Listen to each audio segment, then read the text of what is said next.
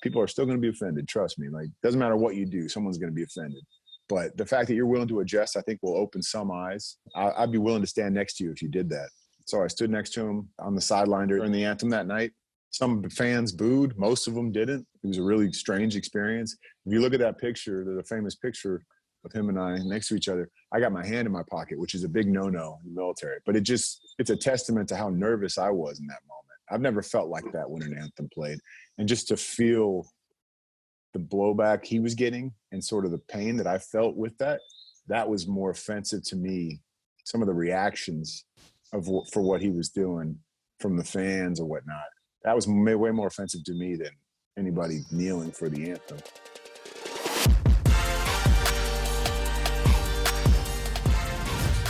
Welcome back to another episode of The Burn. I am Ben Newman, and you know how we do it here on The Burn.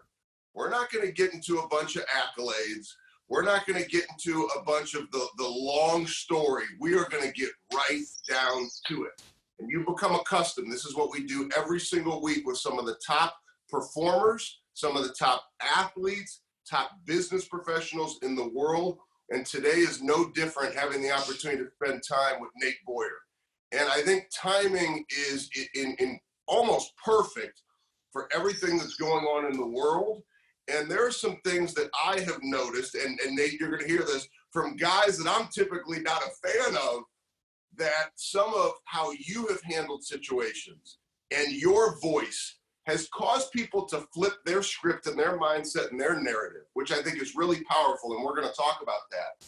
But I want to welcome Nate Boyer to all of you. Nate, look, I got to give you some of the background because it is incredibly impressive how the burn, and I want to hear what that exact burn is, continues to fuel him. But going and playing for the Texas Longhorns, and you can't be saying hook 'em on my show when you know I work for Kansas State. So, playing for the Texas Longhorns, going on and having the opportunity to become acclimated to some NFL teams, and to also have the opportunity, and this is what is so incredible, to serve our country as a Green Beret. And I'm one of those guys, Nate. I mean, every single day I wake up, I have a deep-rooted appreciation for the men and women who make a sacrifice for our country. And when you start saying Green Beret, we're going to like a whole nother level of mindset. So I know a lot of people know you for your football career. I know a lot of people, they're learning more about you for everything that you did to fight for this country. And I know a lot of people know you because of what happened with you and Colin Kaepernick. But I really want to start with what's in that heart of yours. Because to have a resume where you've had the consistency of not showing up, just dipping your foot in the water, maybe giving something a try, but going all in, I want to know, man, what is in that heart? What is that fire that fuels Nate Boyer?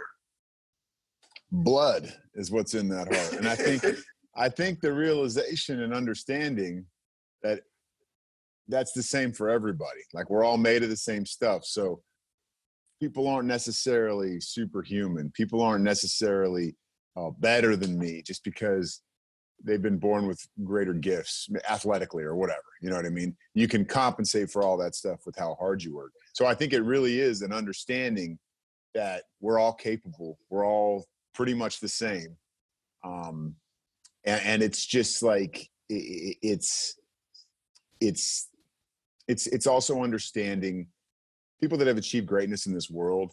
Almost all of them have overcome something great, right? They've had some type of obstacle, and they develop this grit and work ethic and toughness to just keep driving, keep pushing. And no matter what, I'm just not going to quit. And I may not always win, but like, things are going to work out one way or another. If I have that, if I have that mentality and I just commit to it and do the reps, do the work every day, more than the next guy, I'm going to see some type of result. So like that's helped me a lot. So when I was younger, growing up, I played every sport but football. I didn't play football when I was real young. My mom didn't want me to play. My dad played football, wrestled, and it's a violent sport, it's a rough sport. And then when I was kind of at that age where I could, if I wanted to, I was so in my head. First of all, I loved baseball and basketball. I was really good at baseball. okay at basketball, but I love basketball more. So I kind of put more time into that, but not good enough to ever get a college scholarship or anything like that. But I didn't play football. And then I turned, I get to high school age and I can play if I want, but I think I was just so afraid of failure, so afraid of getting cut or looking stupid or riding the bench or whatever, that I didn't do it. And I regretted it.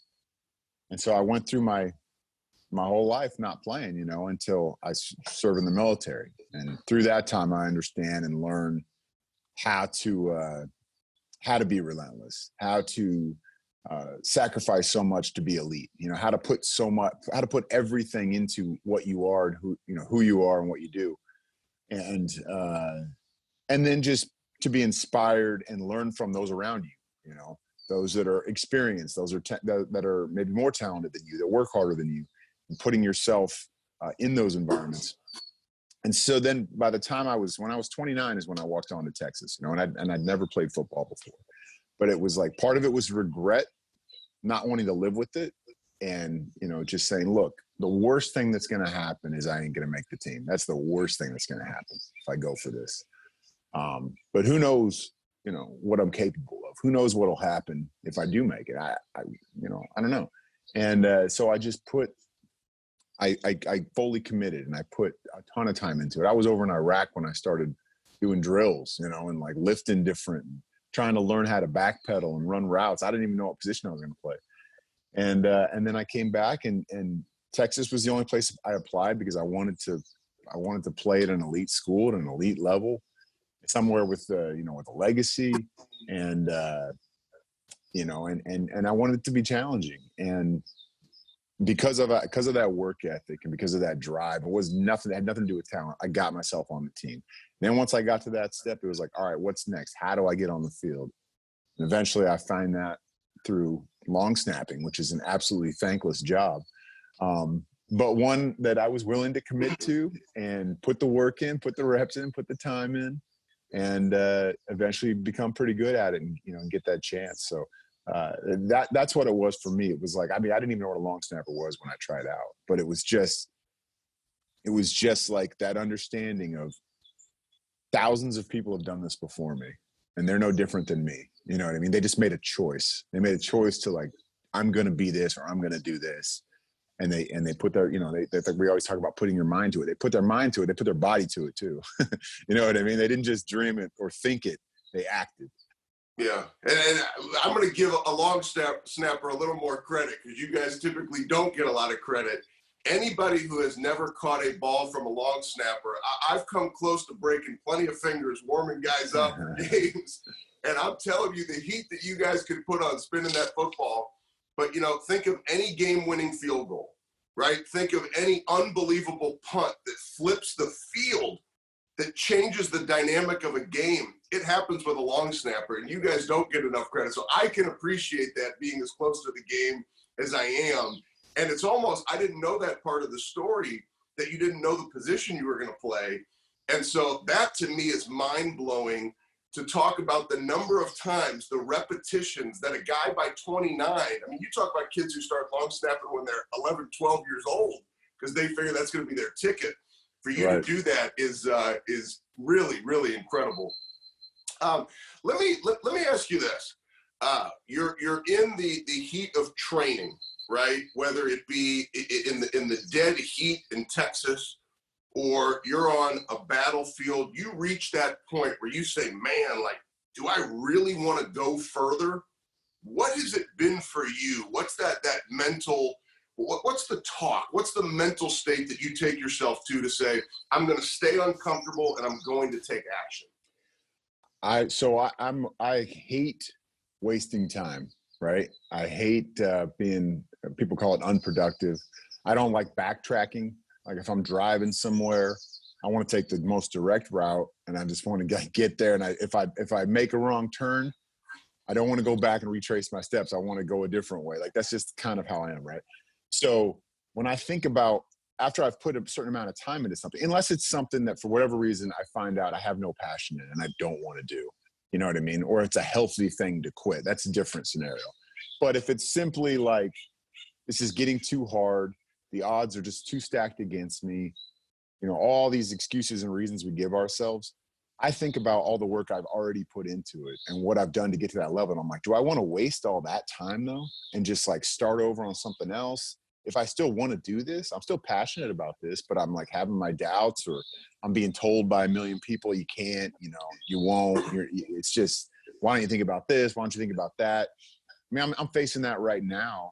I'm trying to work in film and television, and we briefly mentioned it before this. I produced my first movie, earlier this year, and I want to direct a movie, and I want to build a production company. I want to do all these things.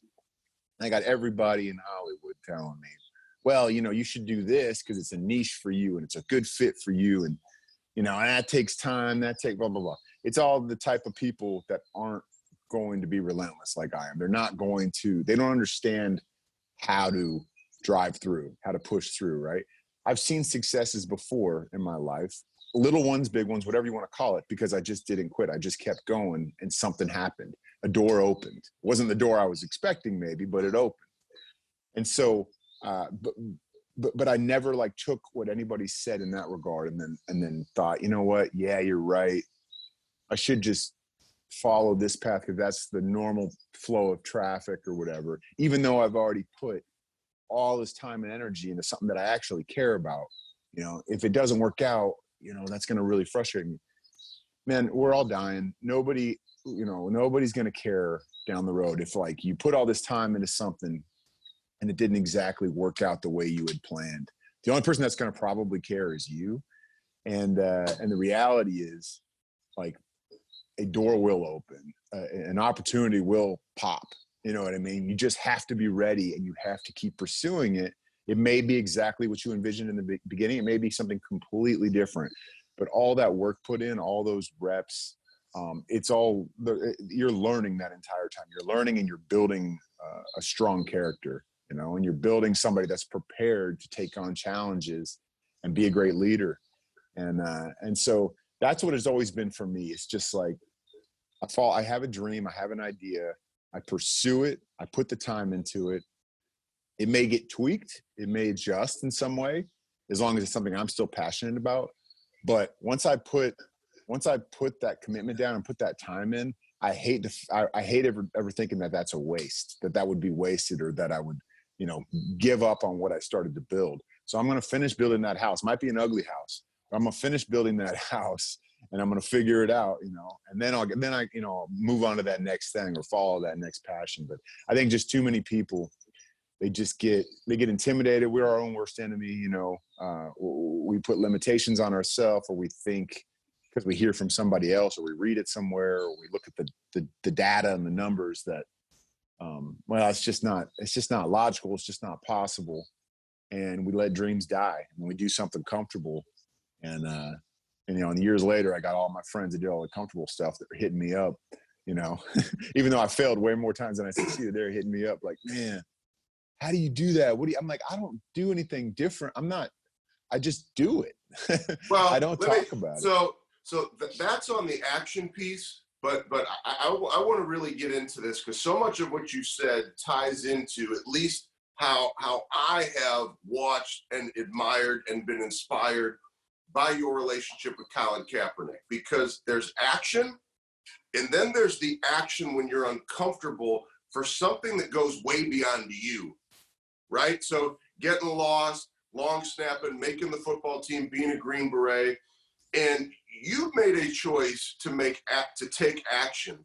And what I'd love for you to take everybody to, and then I want to share a couple things to set the table for this. I want to know, how did Colin Kaepernick find you? Why was the conversation with you? But what I admire about what you did is that you decided to take that action, knowing the comfortable place was, oh man, why is Cap calling me? I think I'm gonna sit on the sidelines for this one. But everything you've said up until this point, that's not how you live. And I think there are far too many people in this country right now that are sitting on the sidelines because it might not be convenient. It might not be comfortable. And I'm gonna go for something here just to set some context so you can know. I think you and I are very similar in this regard, is that we have to choose to be uncomfortable, and we have to back that up with action and seek to learn and to love and to listen and to understand. And I've got a friend, I'm not disclosing who he is and nobody's going to know, but he's probably going to be pretty pissed off at me if he watches this episode of The Burn. And he and I were on a phone conversation a week ago. When I hear something I don't like, I speak up. Or if I'm doing a training for financial advisors and every one of those advisors looks just like me, we're going to have a conversation on racism in this country and things that we can do to make sure that our homes are right, because that impacts everything you do in your life. So I'm on the phone with this guy, and he's a leader. I won't even say what industry. He's a leader. And we started talking about football because, you know, guys like you, me, they want to talk about football. What's going to happen with football, because we're in the throes of it. And he goes, what do you think's going to happen with football? And he goes, but before I get there, man, like when we have football, if we have football, it's going to drive me crazy when all these guys are sitting, all these guys are kneeling, all these guys are down on a knee. And I said, whoa, whoa, whoa. I said, have you even sought to understand why? Man, I don't need to understand. That is disrespectful to this country. And I said, let me just ask you a question. I said, are you aware that the individual who actually made the recommendation to Colin Kaepernick was white? And he was a Green Beret who fought for this country? And he's like, yeah, right. That's not how this happened. And I said, really? I said, because I'm going to end this conversation. I'm going to go have dinner with my family, and I'm going to email you a video, and I'm going to send you an article. And I sent him a New York Times article about you, and I sent him one of your first videos when you're on a battleship on First Take with Stephen A. Smith and Max Kellerman. And I said, you watch this. And man, I haven't heard from him. And it's disappointing to me, because it's like, look, if we all stay in our own way, him reacting the way he did means there's something going on there. So guys like you and I, right? We have so many friends, individuals who their lives have already been impacted enough, 400 years of injustice and oppression. Man, it's time that we step up. And you can tell I get a little fiery. Now you're seeing my fire coming out. But Nate, man, I can't tell you how much I appreciate you setting the way to let people know, like, there's a right way to do things. And the right way is to not sit on the sidelines. And just because at one point in time you've been ignorant to a certain way of thinking, we all can change. So if you could start, man, the floor is yours. But how did Colin Kaepernick find you, and help everybody understand how this story has played out? Yeah. So, you know, I grew up a 49ers fan from the Bay Area. And when I was a kid, it was Joe Montana and Jerry Rice and Ronnie Lott and Roger Craig and, you know, Steve Young, and they won 5 Super Bowls. And we were really good throughout my whole childhood. And then we were really bad for like 15 years until Colin Kaepernick came along, right? And so I was in college at Texas. And while I was in college, I was still in the military. I was actually deploying every summer for about 3.5 months between training camp. Well, I'd go training camp, play football, take my finals early in the spring, and then go back to Afghanistan for a little bit, right? And come back. I had that like off tempo the whole time. That ended. I had an opportunity with the Seattle Seahawks, and I played in 1 preseason game. And in college, you know, I had the distinct honor of leading the team out with the American flag, like a lot of college teams do. You know, you pick a different student athlete to run out of the tunnel and lead the team. And I got to do it every game because I was the guy that was in the military. So did that. And then when I was in Seattle, before that game, the equipment manager came up to me in the locker room and asked if I wanted to lead the team out of the tunnel with the flag for that game. I said, of course, I would love to. So I did it, standing on the sidelines. The national anthem starts playing. And in college, we're not on the sideline when the anthem plays. The teams are still in the locker room. In the NFL, obviously, everybody knows at this point, the players are on the field.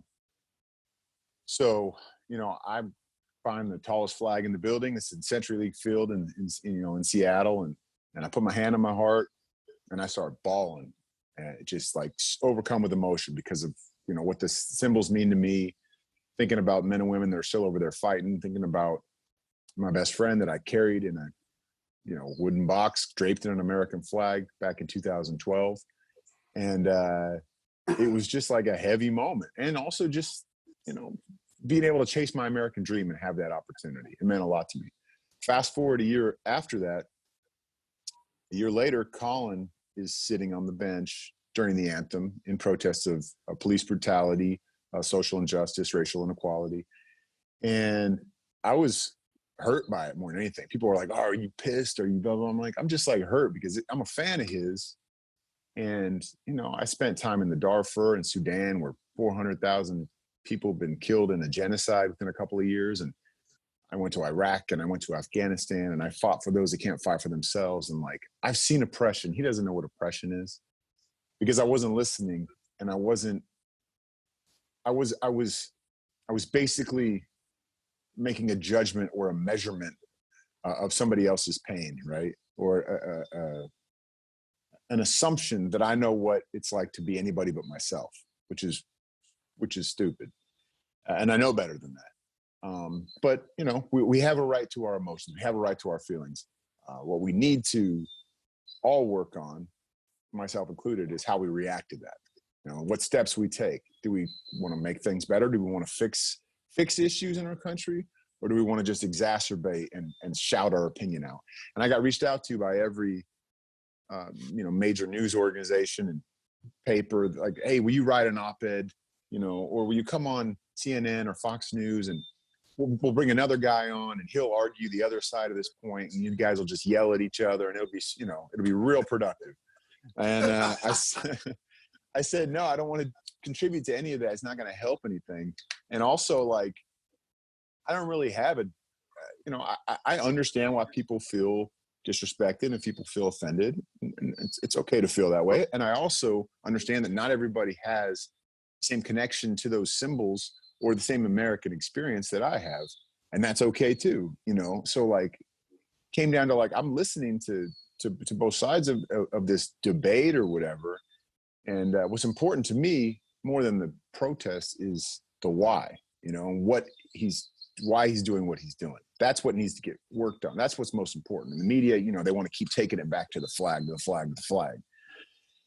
And so I wrote an open letter to Colin just saying, hey, look, through the Army Times, by the way, which is nobody reads, but I knew I could like do it in my own, I could do it on my own. They would give me the platform and I could write it how I want to write it and it wouldn't get taken out of context or whatever. And so I wrote it with them and I just said, Colin, these are my experiences. This is why I feel like I feel. But you know what? It's so unfair to me to assume that I know what it's like to be you or anybody else, you know, especially being someone that's Black in America. I don't know. I don't know what that feels like. And I'm not going to try to compare it to anything in my life. Just like when somebody tries to compare what it's like to go to war, you know, or go to combat with something they've experienced, I'm like, I'm sorry, but it's not the same. You can try and empathize, but you don't know, you know? So Colin read that letter. A lot of people read that letter. It went pretty viral, but when Colin read it, he was inspired to reach out. And he called me and said, hey, I'd love to meet and just talk with you. And this is before the final preseason game in 2016. He's going to start that night. It's a week before 9/11, 15th anniversary. It's Military Appreciation Night in San Diego. There's a flyover with like Navy SEALs jumping in the stadium. 2 months before the election, you know, but it was Team Trump versus Team Hillary, and we were already divided as hell, you know, and so everyone's like, what's he going to do? What's he going to do? He's going to sit again. He says he's not going to stand. He's committed to not standing. So I go meet him in the lobby of the team hotel, and we just hang out for 2 hours. No cameras, no media, no anybody. Just me, him. Eric Reed joined us for about half the conversation as well. And we just listened to each other and had a, you know, very adult, productive conversation. We laughed half the time. We had a lot more in common than we have different, which everybody really does when they get down to it. At the end of the conversation, he just asked me point blank. He said, hey, man, like, I really respect you. I respect your service. I respect what you stand for. And because I told him, look, at the end of the day, it doesn't matter if I agree with the method of protest or not. It doesn't matter. What I fought for, what I took the oath to defend, is the Constitution, which includes the First Amendment, freedom of rights, or freedom of speech, freedom of expression, exactly what you're expressing. And he said, do you think there's another way I could protest or demonstrate that won't offend people in the military? Because I'm not going to stand. I said I won't do it until things start to change. And I thought about it. I didn't have a plan for this answer because I didn't know I was going to get asked this question. But I just quickly thought about my own opinion and feeling on the situation. And because I don't speak for anybody except myself. I don't speak for the military or anything like that. And I just said, look, when I see you sitting on the bench, I think it looks to me like you're kind of sitting things out, you know, or maybe people could construe that as you don't care. And I can tell by talking to you, that's not the situation at all. And by what you're talking about, the message. I said, I think personally being alongside your teammates would be a really good message to a lot of people that, like, hey, we may not all agree on everything, but you know, when I go out there on the field between the, you know, the white lines for 60 minutes, it's shoulder to shoulder with my guys. And in the military, we don't agree on everything. You know, we're very diverse, but when it's time to go execute the mission, like, we put our differences aside and we just go do it. And we would take a bullet for one another. So I said, I think it's important to be alongside your teammates. And the only other option besides stand, if you're not going to stand, that I think is respectful and also just makes logistical sense, is just to take a knee. I mean, I can't see you standing on your head or laying down or doing anything else. I don't really know what else you would do. And I said, it's also like, it's a sign of respect. People take a knee to pray and propose to their wife. And when a player's hurt on the field, everybody takes a knee until, you know, he's picked up and carried off or whatever. It's just, it's respectful, but it's also bringing attention to this situation, because everybody knows you're supposed to stand with your hand on your heart when the anthem plays. So, you know, and I said, are people going to be offended? Yeah, people are still going to be offended. Trust me. Like, doesn't matter what you do, someone's going to be offended. But the fact that you're willing to adjust, I think, will open some eyes. And I'd be willing to stand next to you if you did that. So I stood next to him during that, on the sideline during the anthem that night. Some fans booed. Most of them didn't. It was a really strange experience. If you look at that picture, the famous picture of him and I next to each other, I got my hand in my pocket, which is a big no-no in the military. But it's a testament to how nervous I was in that moment. I've never felt like that when an anthem played. And just to feel the blowback he was getting and sort of the pain that I felt with that was more offensive to me.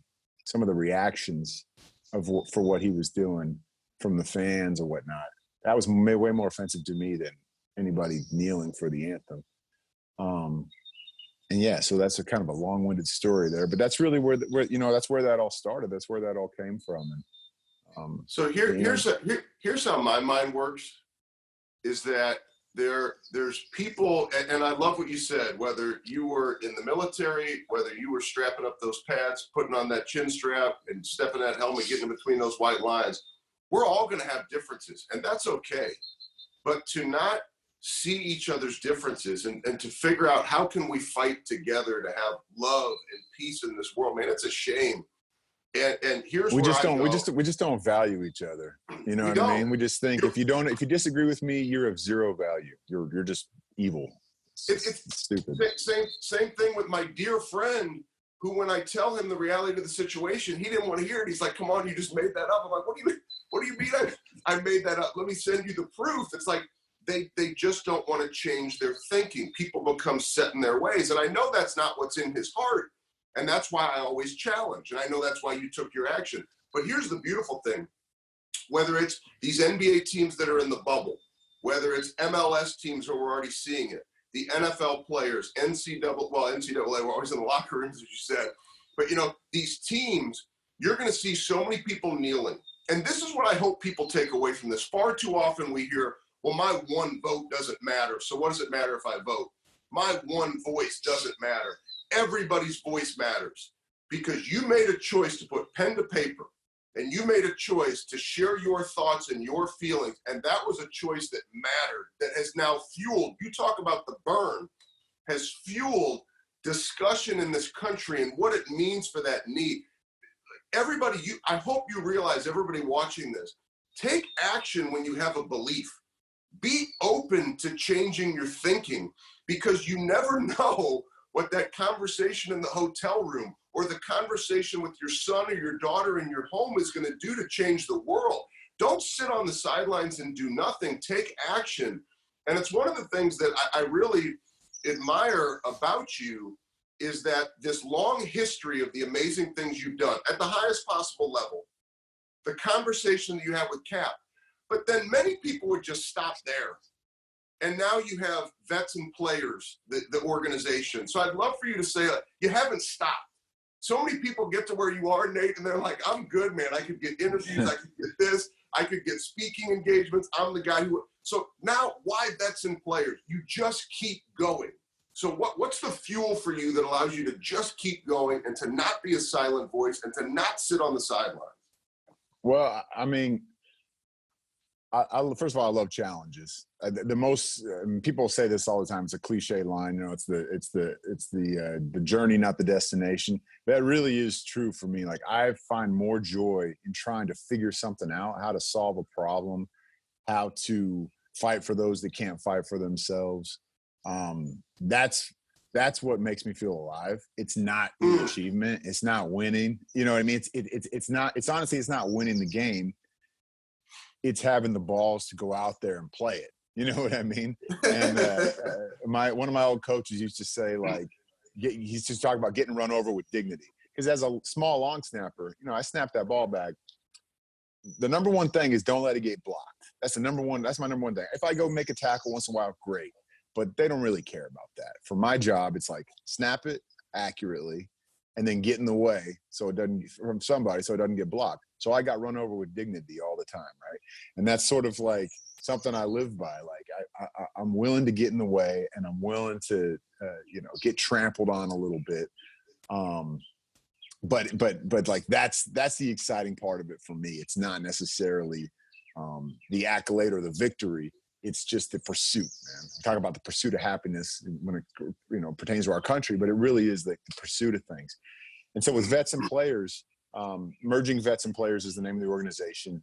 Vetsandplayers.org is the website if you want to check it out. We bring together combat vets and former professional athletes, and we help them find purpose and identity when the uniform comes off.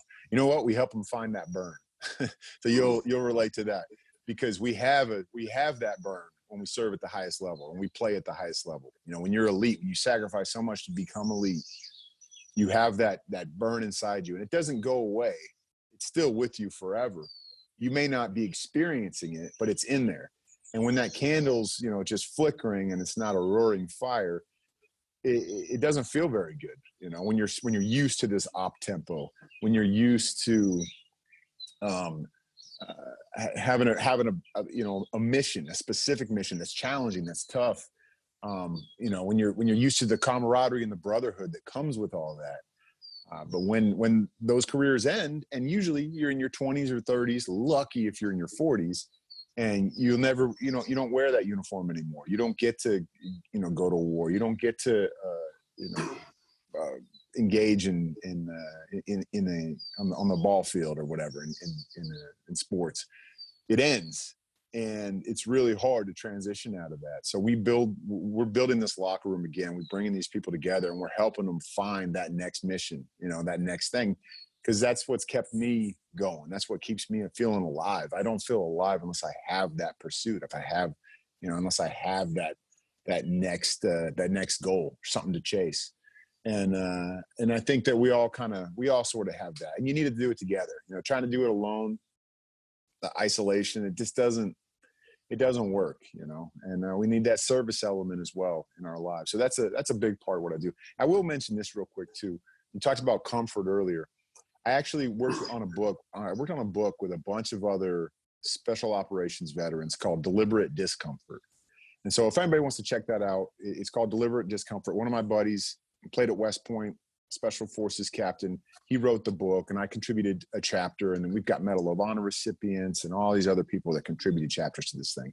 And it's all about that. It's all about leaning into what makes you uncomfortable, leaning into those things that scare us. Because, when I was a kid, I remember the ski instructor telling me, if you're not scared, you're not skiing.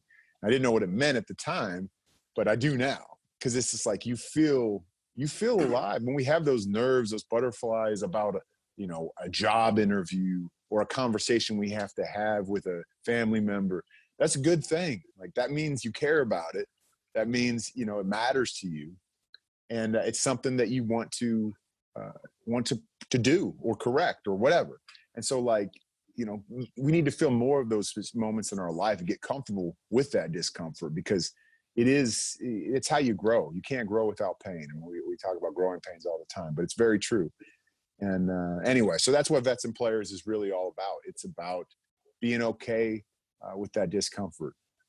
We say in the group, being okay with my effed upness, because a lot of society might see it as, oh, that person's messed up, like blah, blah, blah. But for us, for those that wore the uniform, those that are willing to put that helmet on and crack skulls with somebody else, we are a little bit effed up. And you know what? That's good. That's a good thing. We're different, and that's okay. Like that's who we are. And we can apply that to anything in life. And we're going to get a lot farther than someone that didn't have those experiences that we had. Well, brother, I can't tell you how much I appreciate you, how much you are a voice and a symbol of action that is so needed in this country right now. And I'll share earlier, because I alluded to it, because I just want people to have open ears and understanding. Just not only share this, and typically these episodes, I don't say share it. Please, everybody watching this, share it, because the message needs to be heard. And take 5 minutes and think about what is an uncomfortable action step you can take. Who's a conversation you can have? What's a conversation you can have with somebody that might shift their thinking? Because we all have people in our life that we know that person might not have the blessings of being raised in a house like I had, or being a part of teams like I have been. There's too much ignorance in this world. We have to change it one conversation at a time. And I saw that with Baker Mayfield. And so I loved how in your post about Baker, you said, even though he played for the wrong team, and you put the hook on that you supported what he said. And go Cats, by the way, because I did just put a hook on the bird. I'm going to get in trouble. But with Baker, I've never been a big fan of Baker Mayfield. Too much swagger, too much confidence without backing it up with the action. But I'll tell you what, I'm coming to his side a little bit, because you know what? I saw what Baker said about the situation, and I could see him having a willingness to have an open ears and open heart to see things differently. So I commend Baker Mayfield, but once again, that's because you fueled that conversation. So Nate, I'm going to leave it for you to close this. I just want to say thank you. If there's anything I can do for vets and players, and everybody please check out vetsandplayers.org. If there's anything that I can do, I have never charged anybody retired or current military for a speech. So you tell me when and where you want me to come and be there to be a source of help and support, and I will be there. And I appreciate you. I thank you, and you're making the world a better place. I'm going to leave it for you to close it for us. Thank you, Ben. I appreciate that, brother. You know what? Something that's important to say in closing with all this, and it's going to relate to specifically this whole controversy debate with the anthem protest, right? Which is not an anthem protest. It's a protest during the anthem. It's a protest against, it's a protest against what our country is supposed to be standing for, what those symbols are supposed to represent versus what's the reality for a lot of people, right?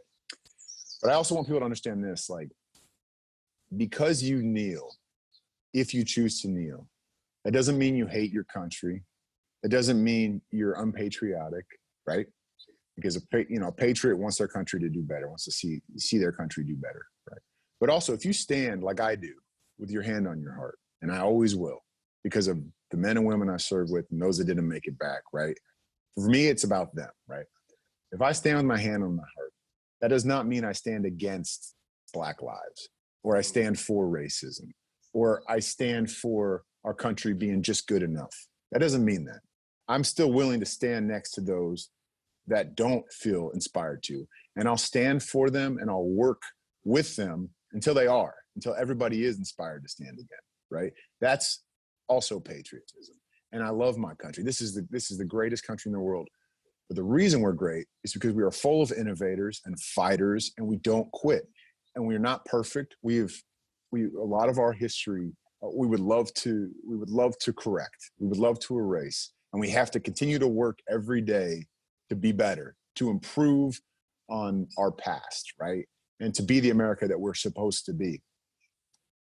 But whether you kneel or whether you stand, either way, what's the most important thing is the action after that, right? What are you doing to bring it to bring people together people, especially people that you don't necessarily see eye to eye with on things, to solve all of these issues, because they are real issues. And I think across the board, people are seeing that more and more. Like, yes, policing needs to reform.